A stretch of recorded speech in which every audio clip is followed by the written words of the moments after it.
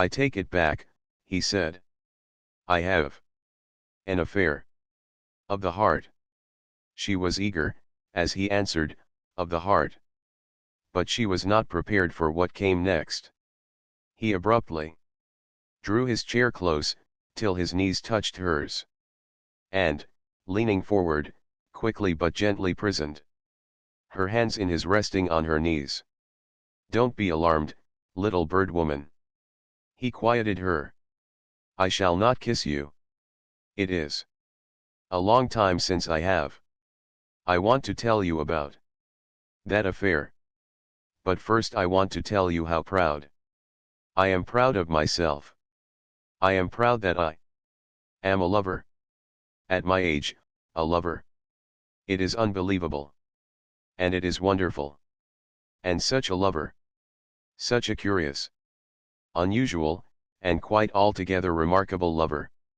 In fact, I have laughed all the books and all biology in the face. I am a monogamist. I love the woman. The one woman. After a dozen years of possession I love her quite madly, oh, so sweetly madly. Her hands communicated her disappointment to him, making a slight, impulsive flutter to escape, but he held them more firmly. I know her every weakness and strength and all. I love her as madly as I loved her. At the first, in those mad moments when I first held her in my arms. Her hands were mutinous of the restraint he put upon them, and unconsciously she was beginning to pull and tug to be away from him. Also, there was fear in her eyes. He knew her fastidiousness, and he guessed, with the other man's lips recent on hers, that she feared a more ardent expression on his part. And please be not frightened, timid, sweet, beautiful, proud, little bird woman. See, I release you. Know that I love you most dearly, and that I am considering you as well as myself, and before myself, all the while. He drew his chair away from her, leaned back, and saw confidence grow in her eyes. I shall tell you all my heart, he continued. And I shall want you to tell me all your heart. This love for me is something new, she asked. A recrudescence. Yes, a recrudescence, and no.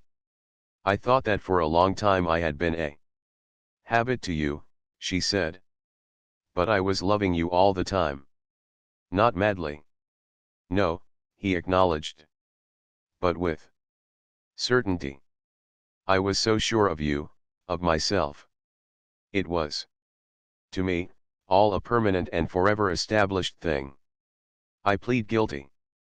But when that permanency was shaken, all my love for you fired up. It was there all the time, a steady, long-married flame. But about me, she demanded. That is what we are coming to. I know your worry right now, and of a minute ago. You are so intrinsically honest, so intrinsically true, that the thought of sharing two men is abhorrent to you. I have not misread you. It is a long time since you have permitted me any love touch. He shrugged his shoulders. And an equally long time since I offered you a love touch. Then you have known from the first? She asked quickly. He nodded. Possibly, he added, with an air of judicious weighing, I sensed it coming before even you knew it. But we will not go into that or other things. You have seen, she attempted to ask, stung almost to shame at thought of her husband having witnessed any caress of hers and Graham's. We will not demean ourselves with details, Paula. Besides, there was and is nothing wrong about any of it. Also, it was not necessary for me to see anything. I have my memories of when I, too, kissed. Stolen kisses in the pause of the seconds between. The frank, outspoken good nights. When all the signs of ripeness are visible, the love shades and love notes that cannot be hidden. The unconscious caress of the eyes in a fleeting glance. The involuntary softening of voices, the cuckoo sob in the throat. Why, the night parting kiss does not need to be seen. It has to be. Still further. Oh my woman, know that I justify you in everything. It was not ever, much, she faltered. I should have been surprised if it had been. It couldn't have been you. As it is, I have been surprised. After our dozen years it was unexpected. Dick, she interrupted him, leaning toward him and searching him. She paused to frame her thought. And then went on with directness. In our dozen years, will you say it has never been any more with you? I have told you that I justify you in everything. He softened his reply. But you have not answered my question. She insisted. Oh, I do not mean mere flirtatious passages, bits of primrose philandering. I mean unfaithfulness. And I mean it technically. In the past you have. In the past, he answered, not much, and not for a long, long time. I often wondered, she mused. And I have told you I justify you in everything. He reiterated. And now you know where lies the justification. Then by the same token I had a similar right. She said. Though I haven't, Dick, I haven't. She hastened to add. Well, anyway, you always did preach the single standard. Alas, not any longer, he smiled. One's imagination will conjure, and in the past few weeks, I've been forced to change my mind. You mean that you demand I must be faithful? He nodded and said, so long as you live with me. But where's the equity? There isn't any equity, he shook his head. Oh, I know it seems a preposterous change of view. But at this late day I have made the discovery of the ancient truth that women are different from men. All I have learned of book and theory goes glimmering before the everlasting fact that the women are the mothers of our children. I still had my hopes of children with you, you see. But that's all over and done with. The question now is, what's in your heart? I have told you mine. And afterward, we can determine what is to be done. Oh, Dick, she breathed, after silence had grown painful, I do love you, I shall always love you. You are my red cloud. Why, do you know? Only yesterday, out on your sleeping porch, I turned my face to the wall. It was terrible. It didn't seem right. I turned it out again, oh so quickly. He lighted a cigarette and waited. But you have not told me what is in your heart. All of it, he chided finally. I do love you, she repeated. And Evan. That is different. It is horrible to have to talk this way to you. Besides, I don't know. I can't make up my mind what is in my heart. Love? Or amorous adventure? It must be one or the other. She shook her head. Can't you understand? She asked. That I don't understand? You see, I am a woman. I have never sown any wild oats. And now that all this has happened, I don't know what to make of it. Shaw and the rest must be right. Women are hunting animals. You are both big game. I can't help it. It is a challenge to me. And I find I am a puzzle to myself.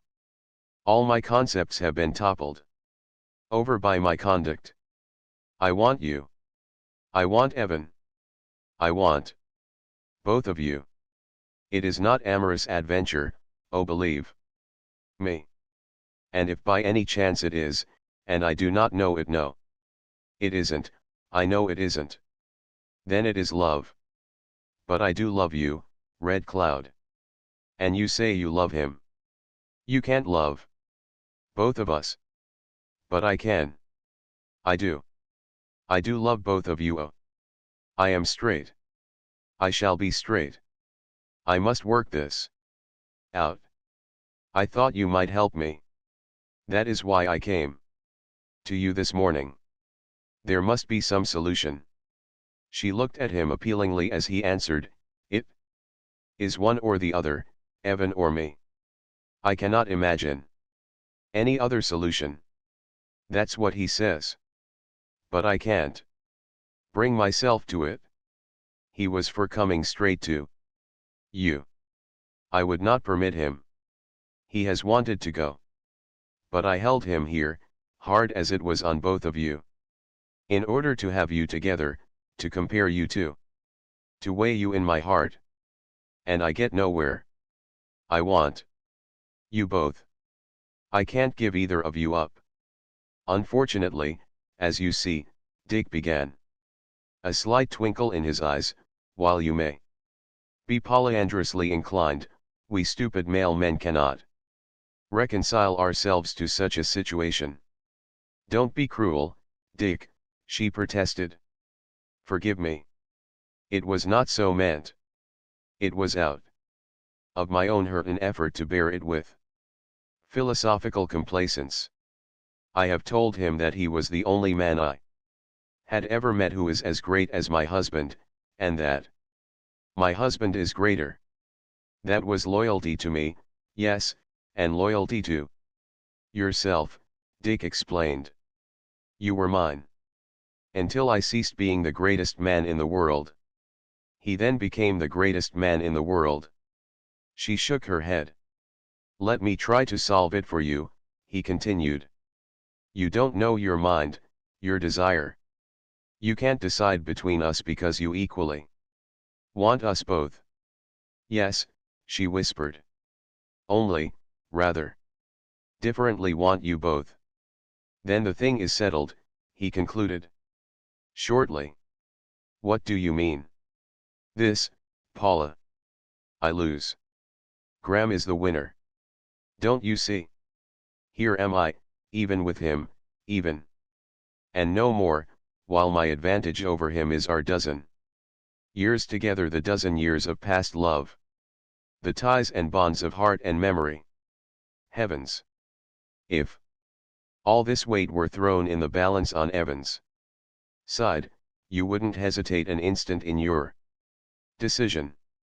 It is the first time you have ever been bowled over in your life, and the experience, coming so late, makes it hard for you to realize. But, Dick, you bowled me over. He shook his head. I have always liked to think so, and sometimes I have believed, but never really. I never took you off your feet, not even in the very beginning. Whirlwind as the affair was. You may have been glamored. You were never mad as I was mad, never swept as I was swept. I loved you first. And you were a royal lover. I loved you first, Paula, and, though you did respond, it was not in the same way. I never took you off your feet. It seems pretty clear that Evan has. I wish I could be sure, she mused. I have a feeling of being bowled over, and yet I hesitate. The two are not compatible. Perhaps I never shall be bowled over by any man. And you don't seem to help me in the least. You, and you alone, can solve it, Paula. He said gravely. But if you would help, if you would try such a little, to hold me, she persisted. But I am helpless. My hands are tied. I can't put an arm to hold you. You can't share too. You have been in his arms, he put up his hand to hush her protest. Please, please. Dear, don't. You have been in his arms. You flutter like a frightened bird at thought of my caressing. You don't you see? Your actions decide against me. You have decided, though you may not know it. Your very flesh has decided. You can bear his arms. The thought of mine you cannot bear. She shook her head with slow resoluteness. And still I do not, cannot, make up my mind. She persisted. But you must. The present situation is intolerable. You must decide quickly, for Evan must go. You realize that. Or you must go. You both cannot continue on. Here. Take all the time in the world. Send Evan away. Or, suppose you go and visit Aunt Martha for a while. Being away from both of us might aid you to get somewhere. Perhaps it will be better to call off the hunting. I'll go alone, and you stay and talk it over with Evan. Or come on along and talk it over with him. As you ride. Whichever way, I won't be in till late. I may sleep out all night in one of the herders' cabins. When I come back, Evan must be gone. Whether or not you are gone with him will also have been decided. And if I should go, she queried.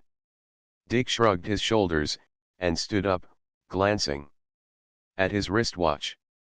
I have sent word to Blake to come earlier this morning, he explained, taking a step toward the door in invitation for her to go. At the door she paused and leaned toward him. Kiss me, Dick, she said, and, afterward. This is not a love touch. Her voice had become suddenly husky. It's just in case I do decide to go. The secretary approached along the hall, but Paula lingered. Good morning, Mr. Blake, Dick greeted him. Sorry to rout you out so early. First of all, will you please telephone Mr. Agar and Mr. Pitts? I won't be able to see them this morning. Oh, and put the rest off till tomorrow, to make a point of getting Mr. Hanley. Tell him I approve of his plan for the Buckeye Spillway, and to go right ahead. I will see Mr. Mendenhall, though, and Mr. Manson. Tell them 9:30. One thing, Dick, Paula said. Remember, I made him stay. It was not his fault or wish. I wouldn't let him go. You bowled him over right enough, Dick smiled. I could not reconcile his staying on, under the circumstances, with what I knew of him. But with you not permitting him to go, and he as mad as a man has a right to be where you are concerned, I can understand. He's a whole lot better than a good sort. They don't make many like him. He will make you happy. She held up her hand. I don't know that I shall ever be happy again, Red Cloud. When I see what I have brought into your face. And I was so happy and contented all our dozen years. I can't forget it. That is why I have been unable to decide. But you are right. The time has come for me to solve the, she hesitated, and could not utter the word triangle, which he saw forming on her lips. The situation. Her voice trailed away. We'll all go hunting. I'll talk with him as we ride, and I'll send him away, no matter what I do. I shouldn't be precipitate, Paul. Dick advised. You know I don't care a hang for morality except when it is useful. And in this case it is exceedingly useful. There may be children, please. Please, he hushed her. And in such case, even old scandal is not exactly good for them. Desertion takes too long. I'll arrange to give you the Real statutory grounds, which will save a year in the divorce. If I so make up my mind, she smiled wanly. He nodded. But I may not make up my mind that way. I don't know it myself. Perhaps it's all a dream, and soon I shall wake up, and oh dear will come in and tell me how soundly and long I have slept. She turned away reluctantly, and paused suddenly when she had made half a dozen steps. Dick, she called. You have told me your heart, but not what's in your mind. Don't do anything foolish. Remember Denny Holbrook, no hunting accident, mind. He shook his head, and twinkled his eyes in feigned amusement, and marveled to himself that her intuition should have so squarely hit the mark. And leave all this, he lied, with a gesture that embraced the ranch and all its projects. And that book on in and inbreeding? And my first annual home sale of stock just ripe to come off. It would be preposterous, she agreed, with brightening face. But, Dick, in this difficulty of making up my mind, please know that. She paused for the phrase, then made a gesture in mimicry of his, that included the big house and its treasures. And said, all this does not influence me a particle. Truly not. As if I did not know it, he assured her. Of all unmercenary women. Why, Dick, she interrupted him, fired by a new thought, if I loved Evan as madly as you think, you would mean so little that I'd be content, if it were the only way out, for you to have a hunting accident. But you see, I don't. Anyway, there's a brass tack for you to ponder. She made another reluctant step away, then called back in a whisper, her face over her shoulder. Red Cloud, I'm dreadfully sorry. And through it all I'm so glad that you do still love me. Before Blake returned, Dick found time to study his face in the glass. Printed there was the expression that had startled his company the preceding evening. It had come to stay. Oh, well, was his thought, one cannot chew his heart between his teeth without leaving some sign of it. He strolled out on the sleeping porch and looked at Paula's picture under the barometers. He turned it to the wall, and sat on the bed and regarded the blankness for a space. Then he turned it back again. Poor little kid, he murmured, having a hard time of it just waking up at this late day. But as he continued to gaze, abruptly there leaped before his eyes the vision of her in the moonlight, clinging to Graham and drawing his lips down to hers. Dick got up quickly, with a shake of head to shake the vision from his eyes. By 9:30 his correspondence was finished, and his desk cleaned save for certain data to be used in his talks with his Shorthorn and Shire managers. He was over at the window and waving a smiling farewell to Lute and Ernestine in the limousine, as Mendenhall entered. And to him, and to Manson next, Dick managed, in casual talk, to impress much of his bigger breeding plans. We've got to keep an eagle eye on the Bulget of King Polo, he told Manson. There's all the promise in the world for a greater than he. From Bleak House Fawn, or Alberta Maid, or Moravia's Nelly Signal. We missed it this year so far, but next year, or the year after, soon or late, King Polo is going to be responsible for a real humdinger of winner. And as with Manson, with much more talk, so with Mendenhall.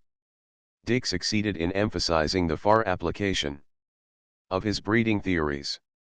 With their departure, he got O'Joy on the house phone and told him to take Graham to the gun room to choose a rifle and any needed gear.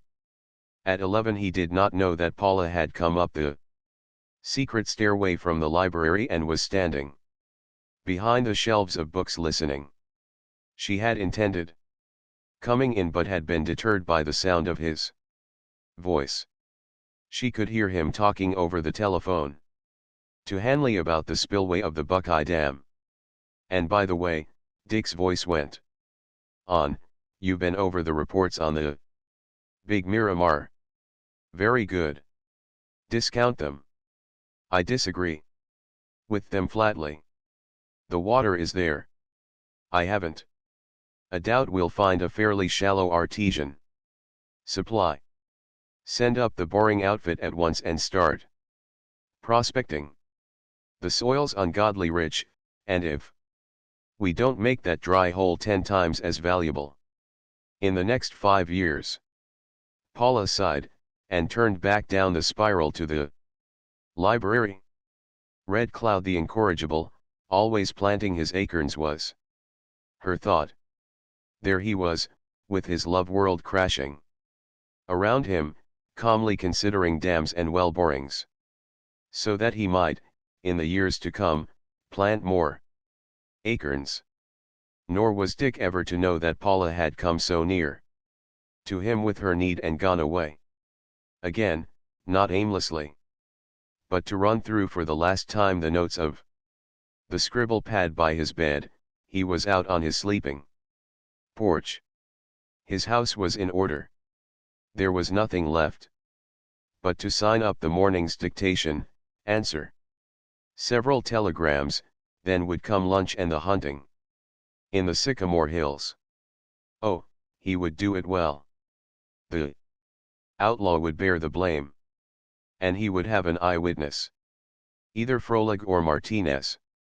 But not both of them. One pair of eyes would be enough to satisfy when the martingale parted and the mare reared and toppled backward upon him into the brush. And from that screen of brush, swiftly linking accident to catastrophe, the witness would hear the rifle go off. Martinez was more emotional than the sculptor and would therefore make a more satisfactory witness.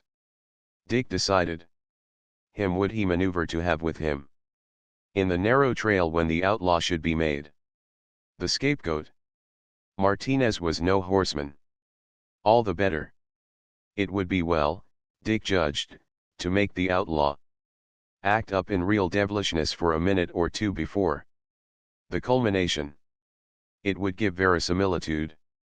Also, it would excite Martinez's horse, and, therefore, excite Martinez so that he would not see occurrences too clearly.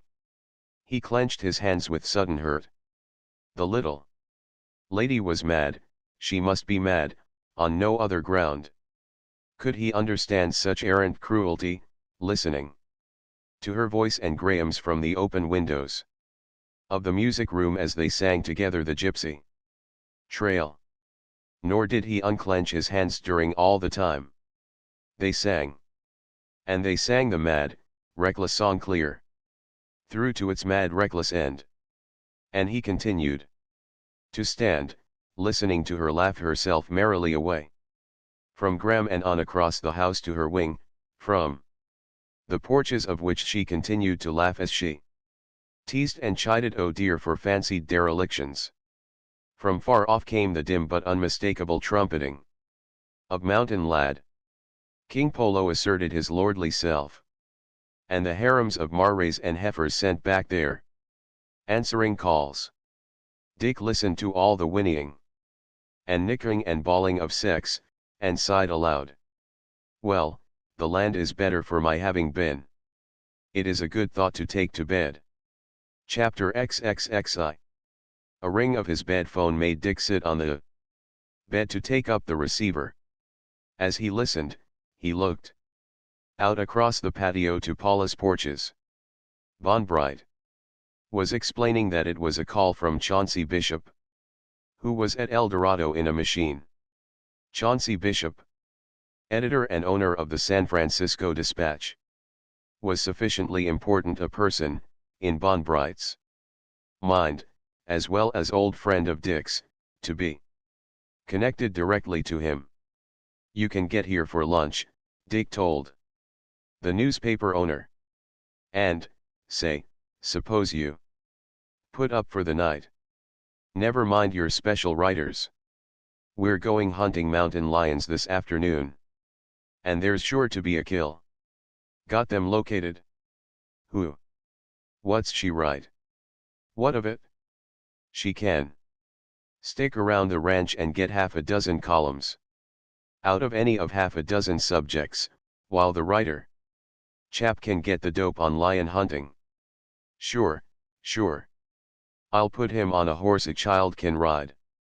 The more the merrier, especially newspaper chaps. Dick grinned to himself and grandfather.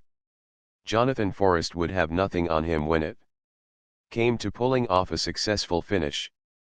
But how could Paula have been so wantonly cruel as to sing the gypsy trail so immediately afterward?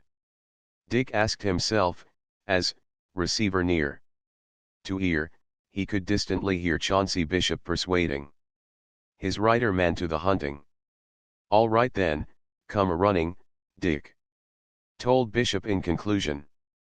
I'm giving orders now for the horses, and you can have that bay you rode last time. Scarcely had he hung up, when the bell rang again. This time it was Paula. Red Cloud, dear Red Cloud, she said. Your reasoning is all wrong. I think I love you best. I am just about making up my mind, and it's for you.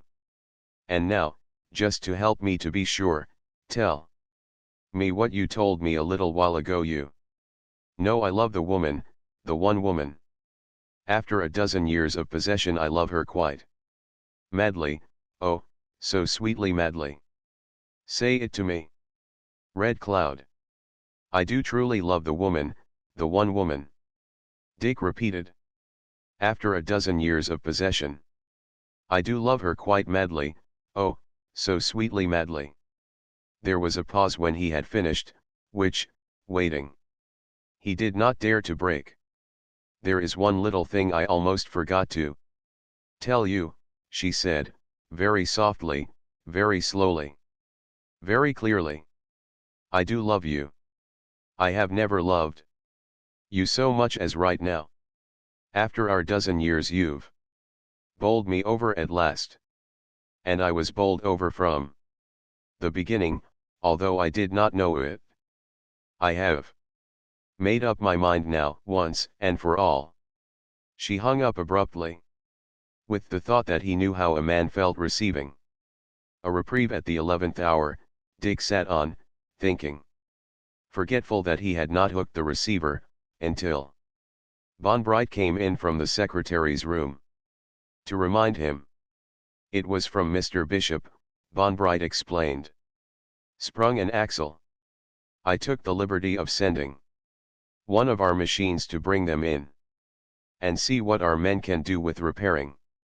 There's, Dick nodded. Alone again, he got up and stretched, walked absently the length of the room and back. Well, Martinez, old man, he addressed. The empty air, this afternoon you'll be defrauded out of as fine a histrionic stunt as you will never know you've missed.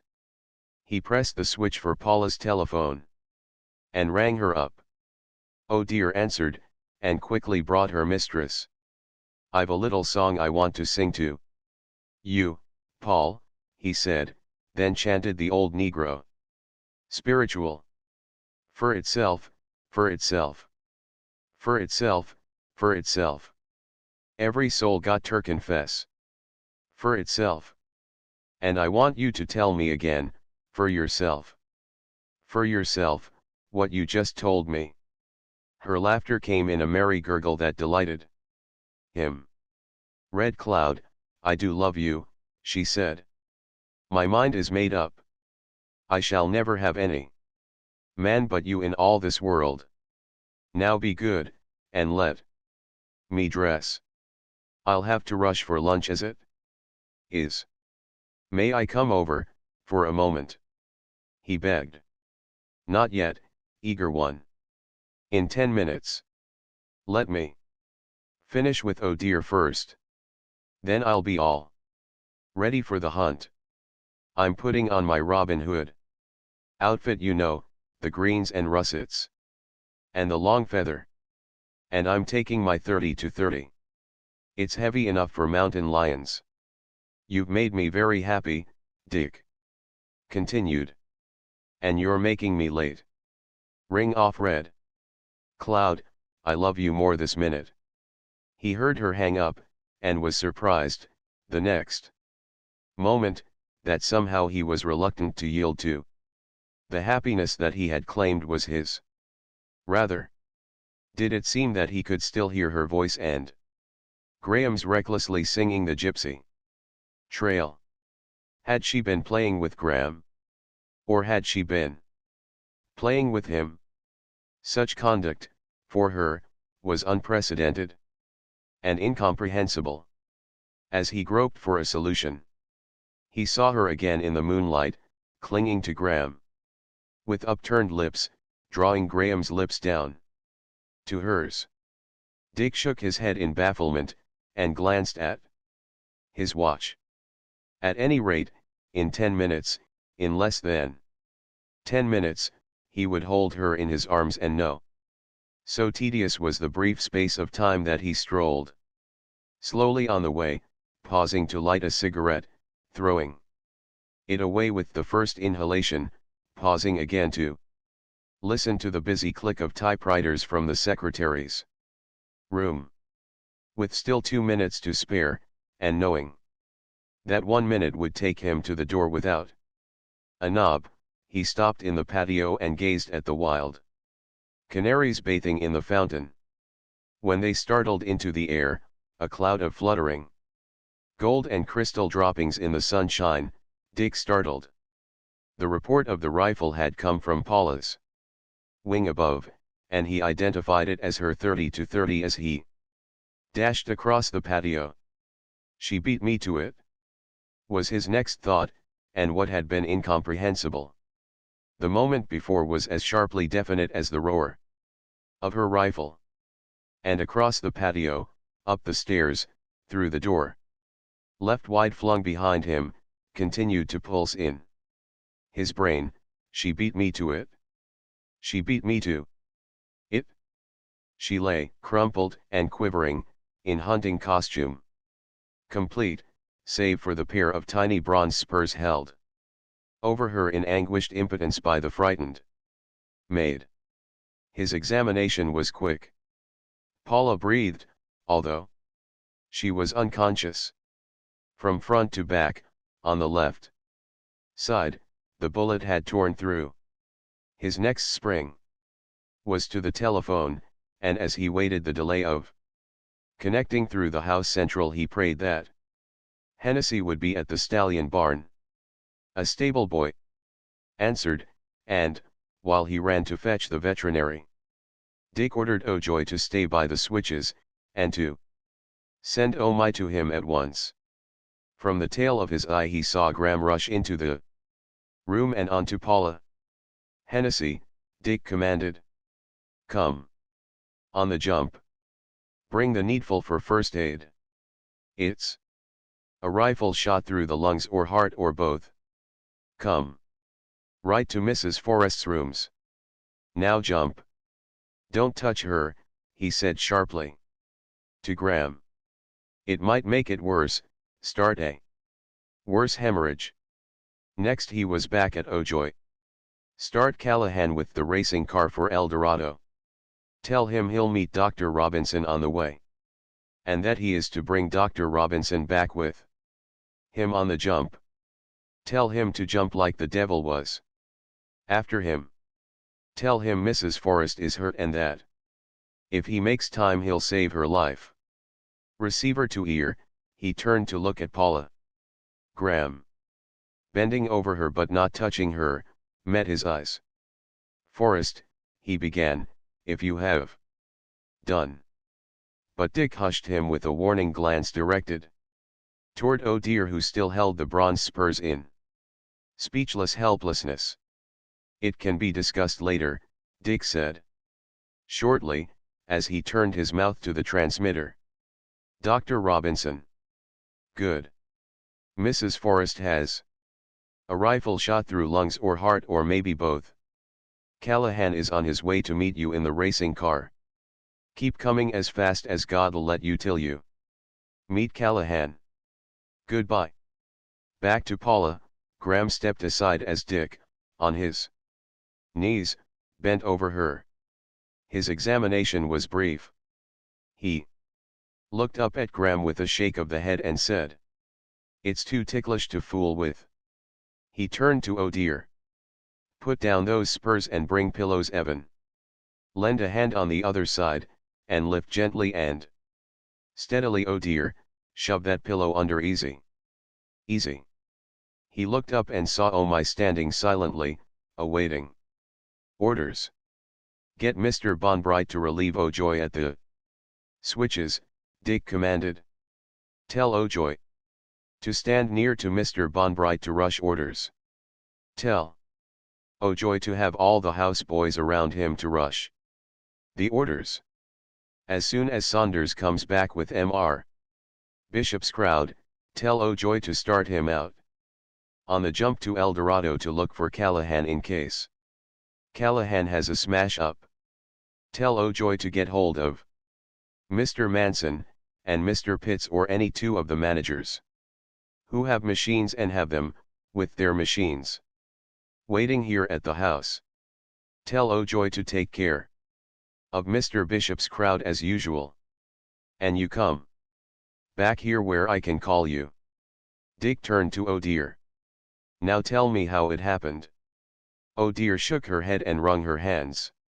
"Where were you when the rifle went off?" The Chinese girl swallowed and pointed toward the wardrobe room.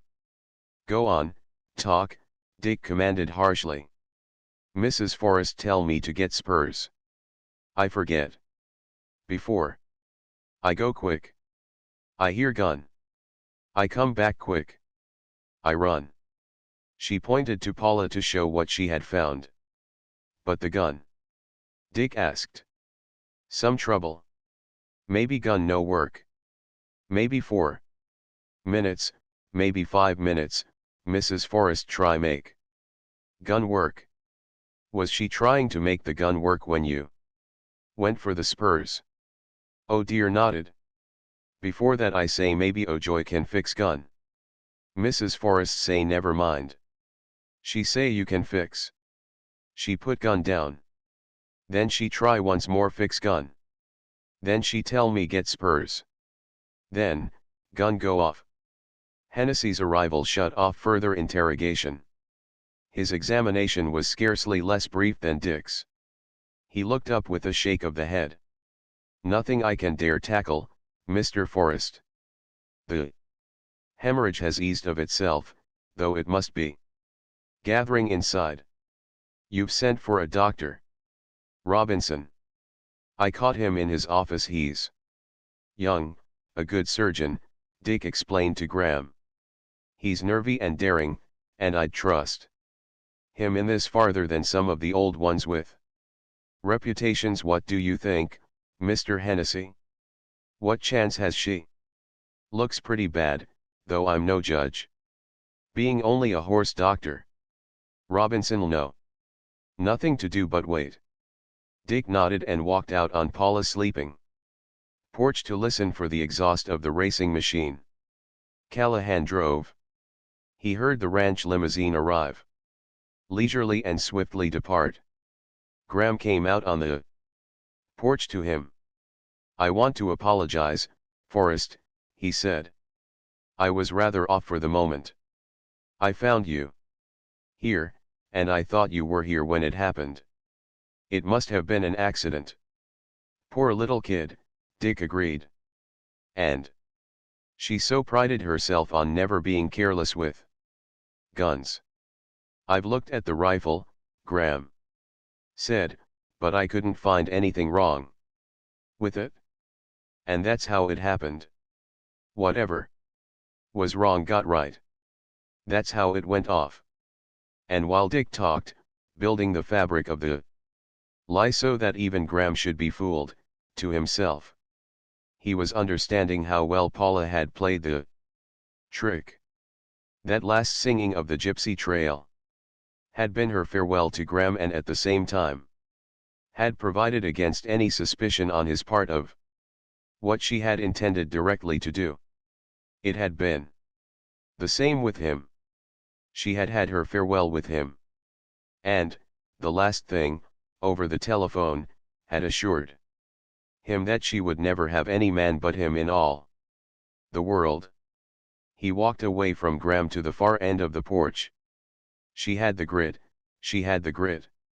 He muttered to himself with quivering lips. Poor kid. She couldn't decide between the two, and so she solved it this way. The noise of the racing machine drew him and Graham together, and together they entered the room to wait for the doctor. Graham betrayed unrest, reluctant to go, yet feeling that he must. Please stay on, Evan, Dick told him. She liked you much, and if she does open her eyes she'll be glad to see you. Dick and Graham stood apart from Paula while Dr. Robinson made his examination. When he arose with an air of finality, Dick looked his question. Robinson shook his head. Nothing to be done, he said. It is a matter of hours, maybe of minutes. He hesitated, studying Dick's face for a moment. I can ease her off if you say the word. She might possibly recover consciousness and suffer for a space. Dick took a turn down the room and back, and when he spoke it was to Graham. Why not let her live again, brief as the time? Maybe. The pain is immaterial. It will have its inevitable quick anodyne. It is what I would wish, what you would wish. She loved life, every moment of it. Why should we deny her any of the little left her? Graham bent his head in agreement, and Dick turned to the doctor. Perhaps you can stir her, stimulate her, to a return of consciousness. If you can, do so. And if the pain proves too severe, then you can ease her. When her eyes fluttered open, Dick nodded Graham up beside him. At first bewilderment was all she betrayed. Then her eyes focused first on Dick's face, then on Graham's, and, with recognition, her lips parted in a pitiful smile. I thought at first that I was dead, she said. But quickly another thought was in her mind, and Dick divined it in her eyes as they searched him. The question was if he knew it was no accident.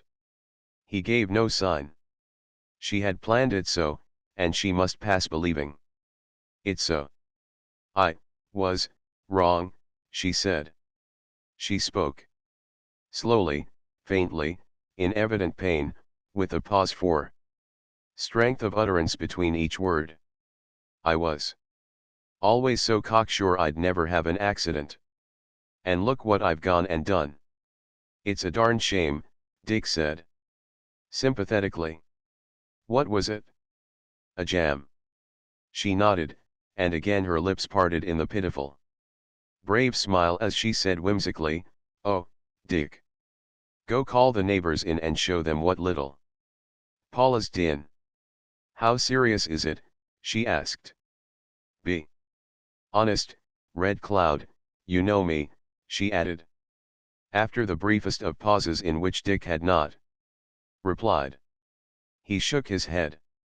How long? She queried. Not long, came his answer. You can ease off any time. You mean? She glanced aside curiously at the doctor and back to Dick, who nodded.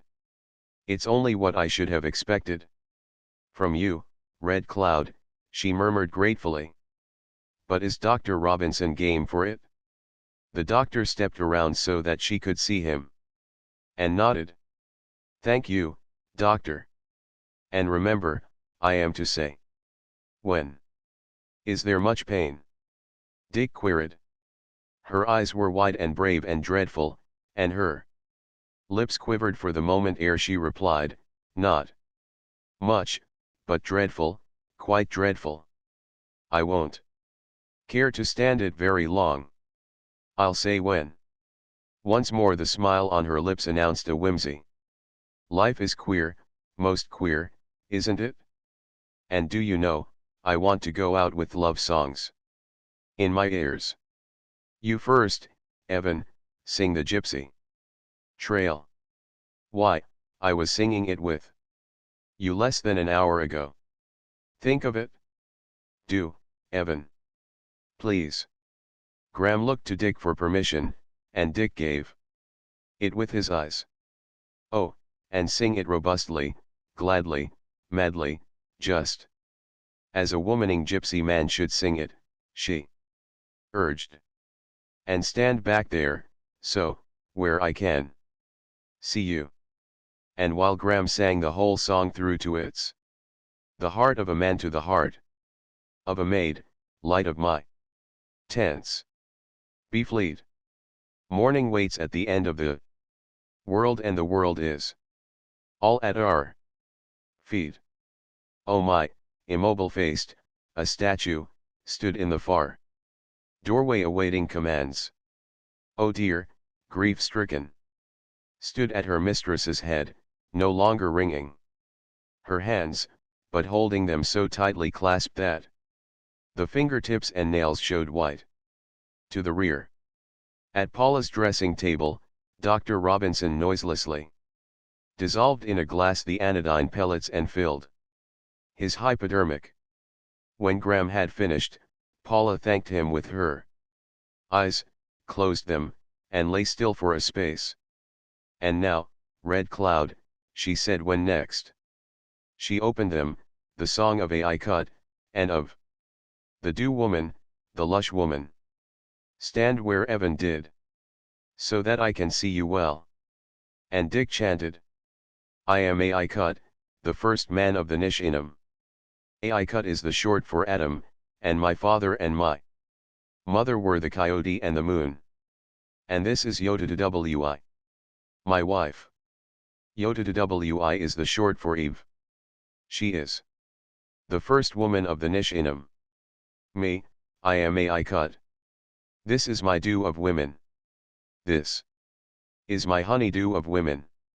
Her father and her mother were the Sierra dawn and the summer east wind of the mountains. Together they conspired, and from the air and earth they sweated all sweetness till in a mist of their own love the leaves of the chaparral and the manzanita were dewed with the honeydew. Yotadawi is my honeydew woman. Hear me. I am A.I. Cut. Yotadawi is my quail woman, my dear woman. My lush woman of all soft rain and fat soil. She was born of the thin starlight and the brittle dawn light in the morning of the world, and she is the one woman of all women to me. Again, with closed eyes, she lay silent for a while. Once she attempted to draw a deeper breath, which caused her to cough slightly several times. Try not to cough, Dick said. They could see her brows contract with the effort of will to control the irritating tickle that might precipitate a paroxysm. Oh dear, come around where I can see you, she said, when she opened her eyes. The Chinese girl obeyed, moving blindly, so that Robinson, with a hand on her arm, was compelled to guide her. Goodbye, oh dear. You've been very good to me always. And sometimes, maybe, I have not been good to you. I am sorry. Remember, Mr. Forrest will always be your father and your mother. And all my jade is yours. She closed her eyes in token that the brief audience was over. Again she was vexed by the tickling cough that threatened to grow more pronounced. I am ready, Dick, she said faintly. Still with closed eyes. I want to make my sleepy noise. Is the doctor ready? Come closer. Hold my hand like you did before in the Little Death. She turned her eyes to Graham, and Dick did not look. For he knew love was in that last look of hers, as he knew it would be when she looked into his eyes. At the last. Once, she explained to Graham, I had to go on the table, and I made Dick go with me into the anesthetic chamber and hold my hand until I went under. You remember, Henley called it the drunken dark, the little death in life. It was very easy. In the silence she continued her look, then turned her face and eyes back to Dick, who knelt close to her, holding her hand. With the pressure of her fingers on his and a beckoning of her eyes, she drew his ear down to her lips. Red Cloud, she whispered, I love you best. And I am proud I belong to you for such a long, long time. Still closer she drew him. With the pressure of her fingers. I'm sorry there were no babies, Red Cloud. With the relaxing of her fingers she eased him from her so that she could look from one to the other. Two bonny men. Goodbye, bonny men. Goodbye, Red Cloud. In the pause, they waited, while the doctor bared her arm for the needle. Sleepy, sleepy, she twittered in mimicry of drowsy birds. I am ready, doctor. Stretch the skin tight, first. You know I don't like to be hurt. Hold me tight, Dick. Robinson, receiving the eye permission from Dick, easily and quickly thrust the needle through the stretched skin, with steady hand sank the piston home, and with the ball of the finger soothingly rubbed the morphine into circulation. Sleepy, sleepy, booful sleepy, she murmured drowsily, after a time. Semi-consciously she half turned on her side, curved her free arm on the pillow and nestled her head on it, and drew her body up in nestling curves in the way Dick knew she loved to sleep. After a long time, she sighed faintly, and began so easily to go that she was gone before they guessed. From without, the twittering of the canaries bathing in the fountain penetrated the silence of the room. And from afar came the trumpeting of Mountain Lad and the silver whinny of the Fotherington Princess. The end. End of the Project Gutenberg ebook The Little Lady of the Big House. Updated editions will replace the previous one. The old editions will be renamed.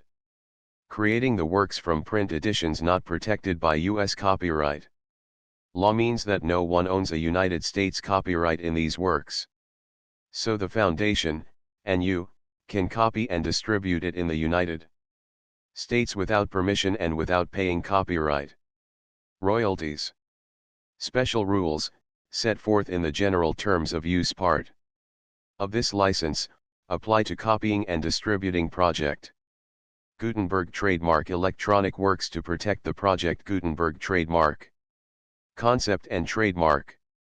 Project Gutenberg is a registered trademark and may not be used if you charge for an ebook, except by following the terms of the trademark license, including paying royalties for use of the Project Gutenberg trademark.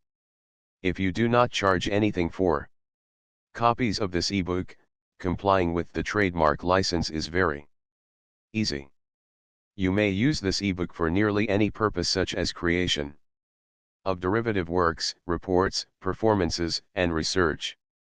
Project Gutenberg ebooks may be modified and printed and given away. You may do practically anything in the United States with ebooks not protected by U.S. copyright law. Redistribution is subject to the trademark license, especially commercial redistribution. Start, full license. The full Project Gutenberg license. Please read this before you distribute or use this work.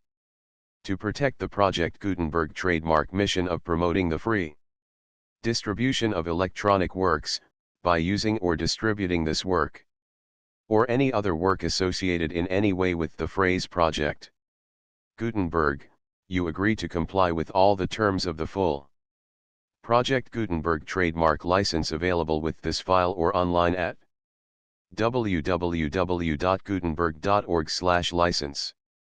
Section 1. General Terms of Use and Redistributing Project Gutenberg Trademark. Electronic Works. 1.a. By reading or using any part of this Project Gutenberg trademark electronic work, you indicate that you have read, understand, agree to, and accept all the terms of this license and intellectual property trademark/copyright agreement.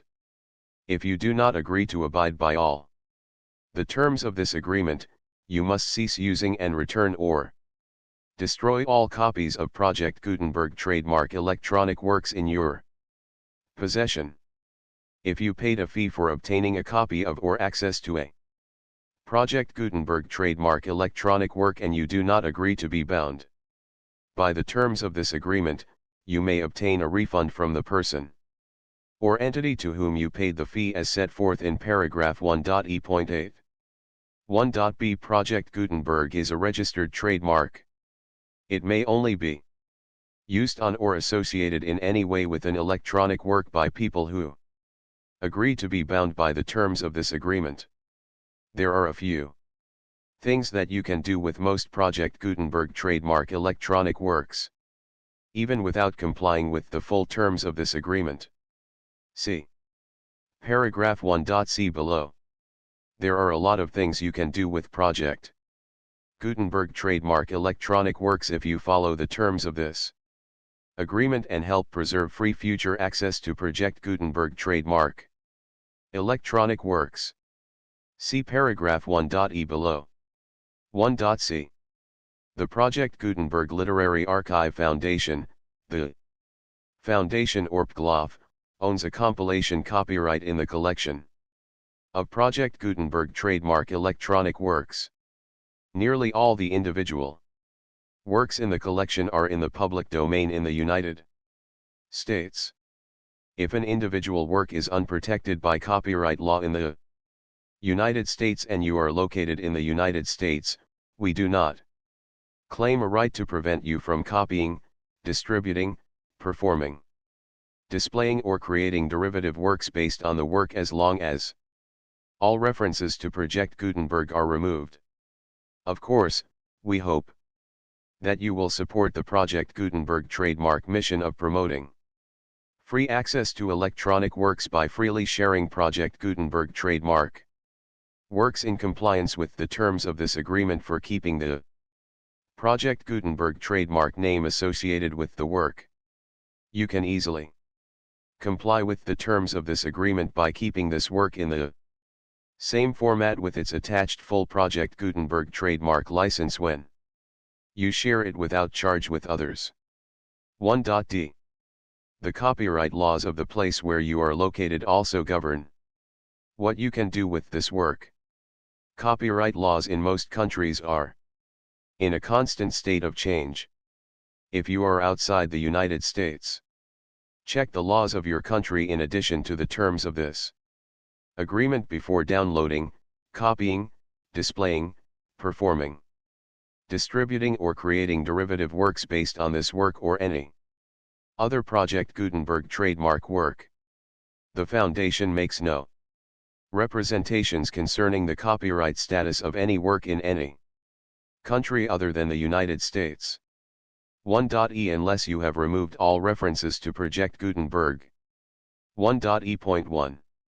The following sentence, with active links to, or other immediate access to, the full Project Gutenberg trademark license must appear prominently whenever any copy of a Project Gutenberg trademark work, any work on which the phrase Project Gutenberg appears, or with which the phrase Project Gutenberg is associated, is accessed, displayed, performed, viewed, copied, or distributed.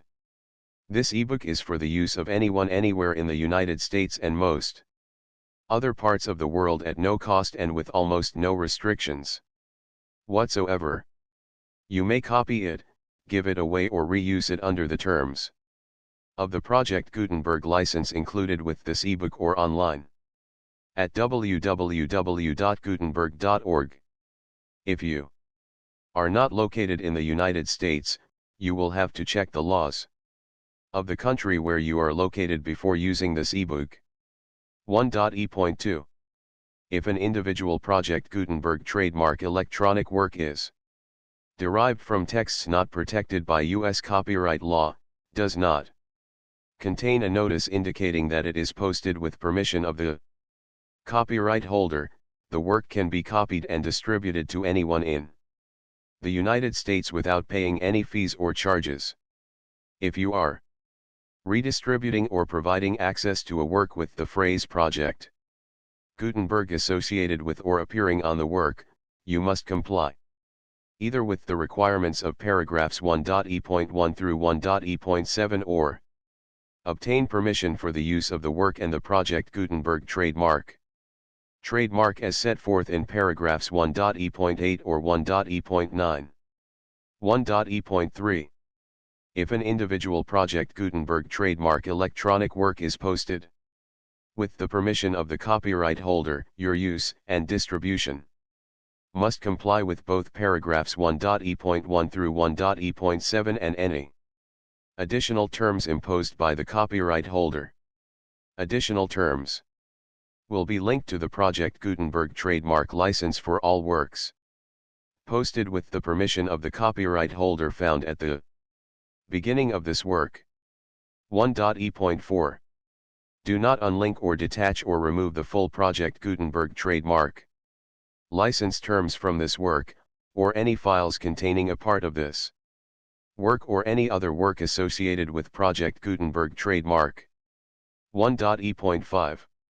Do not copy, display, perform, distribute or redistribute this electronic work, or any part of this electronic work, without prominently displaying the sentence set forth in paragraph 1.e.1 with active links or immediate access to the full terms of the Project Gutenberg trademark license.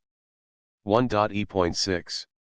You may convert to and distribute this work in any binary, compressed, marked up, non-proprietary or proprietary form, including any word processing or hypertext form.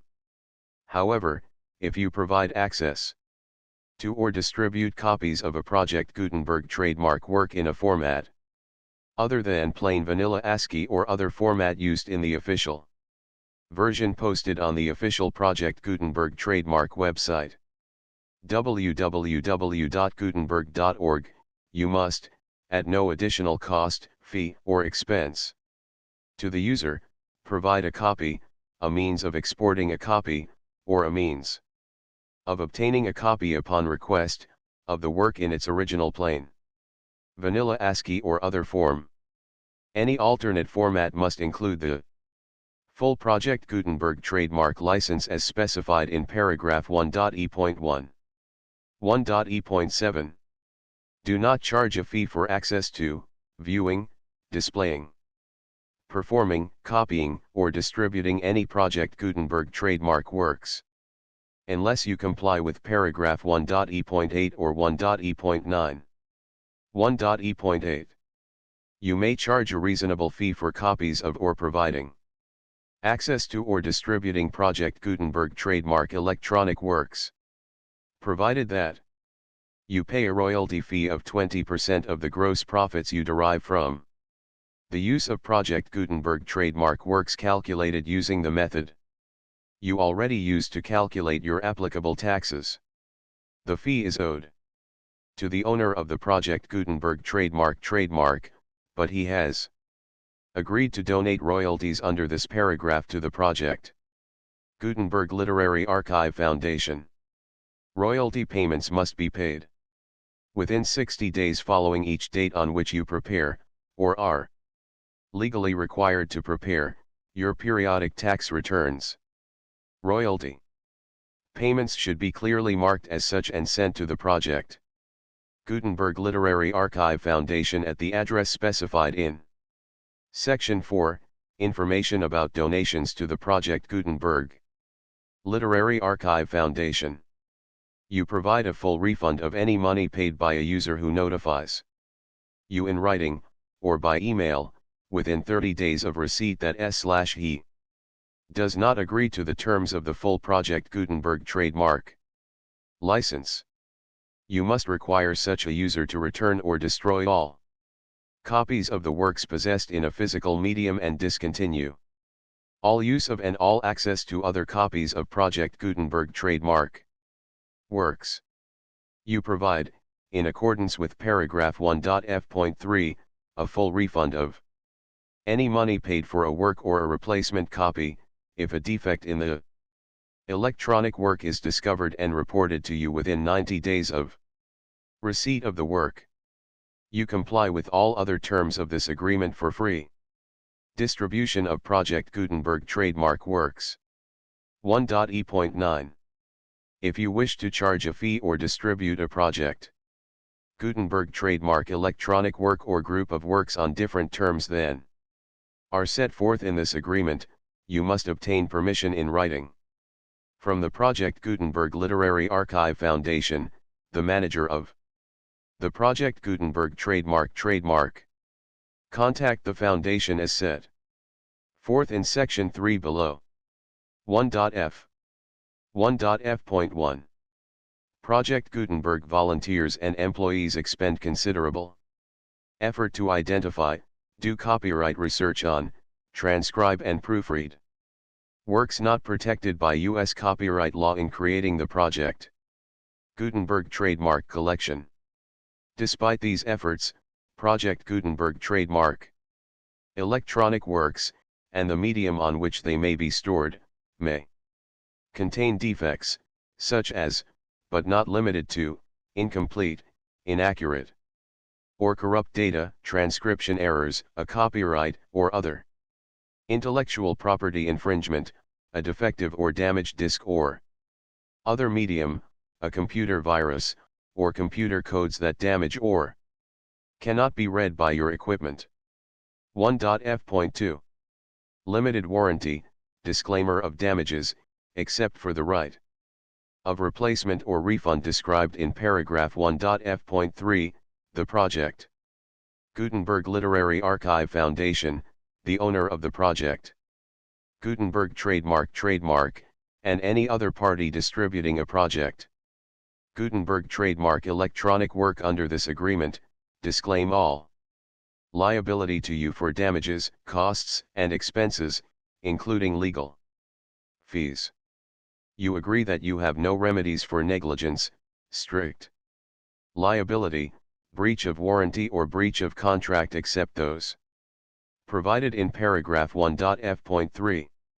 You agree that the Foundation, the trademark owner, and any distributor under this agreement will not be liable to you for actual, direct, indirect, consequential, punitive or incidental damages even if you give notice of the possibility of such damage. 1.f.3. Limited right of replacement or refund, if you discover a defect in this electronic work within 90 days of receiving it, you can receive a refund of the money, if any, you paid for it by sending a written explanation to the person you received the work from. If you received the work on a physical medium, you must return the medium with your written explanation. The person or entity that provided you with the defective work may elect to provide a replacement copy in lieu of a refund. If you received the work electronically, the person or entity providing it to you may choose to give you a second opportunity to receive the work electronically in lieu of a refund. If the second copy is also defective, you may demand a refund in writing, without further opportunities to fix the problem. 1.f.4. Except for the limited right of replacement or refund set forth in paragraph 1.f.3, this work is provided to you as is, with no other warranties of any kind, express or implied, including but not limited to warranties of merchantability or fitness for any purpose. 1.f.5. Some states do not allow disclaimers of certain implied Warranties or the exclusion or limitation of certain types of damages. If any disclaimer or limitation set forth in this agreement violates the law of the state applicable to this agreement, the agreement shall be interpreted to make the maximum disclaimer or limitation permitted by the applicable state law. The invalidity or unenforceability of any provision of this agreement shall not void the remaining provisions. 1.f.6 Indemnity. You agree to indemnify and hold the foundation, the trademark owner, any agent or employee of the foundation, anyone providing copies of Project Gutenberg trademark electronic works in accordance with this agreement, and any volunteers associated with the production, promotion, and distribution of Project Gutenberg trademark electronic works, harmless from all liability, costs, and expenses, including legal fees, that arise directly or indirectly from any of the following which you do or cause to occur: a. Distribution of this or any Project Gutenberg trademark work, b. Alteration, modification, or additions or deletions to any Project Gutenberg trademark work, and c. Any defect you cause. Section 2. Information about the mission of Project Gutenberg trademark. Project Gutenberg trademark is synonymous with the free distribution of electronic works in formats readable by the widest variety of computers, including obsolete, old, middle-aged, and new computers. It exists because of the efforts of hundreds of volunteers and donations from people in all walks of life. Volunteers and financial support to provide volunteers with the assistance they need are critical to reaching Project Gutenberg trademark's goals and ensuring that the Project Gutenberg trademark collection will remain freely available for generations to come. In 2001, the Project Gutenberg Literary Archive Foundation was created to provide a secure and permanent future for Project Gutenberg trademark and future generations. To learn more about the Project Gutenberg Literary Archive Foundation and how your efforts and donations can help, see Sections 3 and 4 and the Foundation information page at www.gutenberg.org. Section 3. Information about the Project Gutenberg Literary Archive Foundation. The Project Gutenberg Literary Archive Foundation is a non-profit 501(c)(3) educational corporation organized under the laws of the State of Mississippi and granted tax-exempt status by the Internal Revenue Service. The Foundation's IN or Federal Tax Identification number is 64-6221541. Contributions to the Project Gutenberg Literary Archive Foundation are tax-deductible to the full extent permitted by U.S. federal laws and your state's laws. The Foundation's business office is located at 809 North 1500 West, Salt Lake City, Utah 841-16801-596-1887. Email contact links and up-to-date contact information can be found at the Foundation's website and official page at www.gutenberg.org/contact. Section 4. Information about donations to the Project Gutenberg Literary Archive Foundation. Project Gutenberg trademark depends upon and cannot survive without widespread public support and donations to carry out its mission of increasing the number of public domain and licensed works that can be freely distributed in machine-readable form accessible by the widest array of equipment, including outdated equipment. Many small donations, $1 to $5,000, are particularly important to maintaining tax-exempt status with the IRS. The Foundation is committed to complying with the laws regulating charities and charitable donations in all 50 states of the United States. Compliance requirements are not uniform and it takes a considerable effort, much paperwork, and many fees to meet and keep up with these requirements. We do not solicit donations in locations where we have not received written confirmation of compliance. To send donations or determine the status of compliance for any particular state, visit www.gutenberg.org/donate. While we cannot and do not solicit contributions from states where we have not met the solicitation requirements, we know of no prohibition against accepting unsolicited donations from donors in such states who approach us with offers to donate. International donations are gratefully accepted, but we cannot make any statements concerning tax treatment of donations received from outside the United States.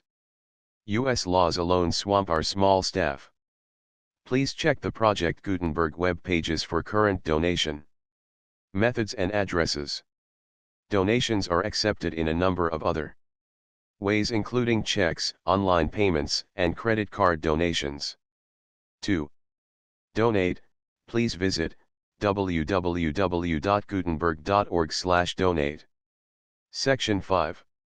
General information about Project Gutenberg Trademark Electronic Works.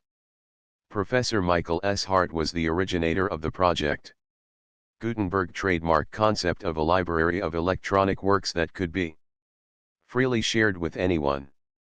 For 40 years, he produced and distributed Project Gutenberg trademark ebooks with only a loose network of volunteer support.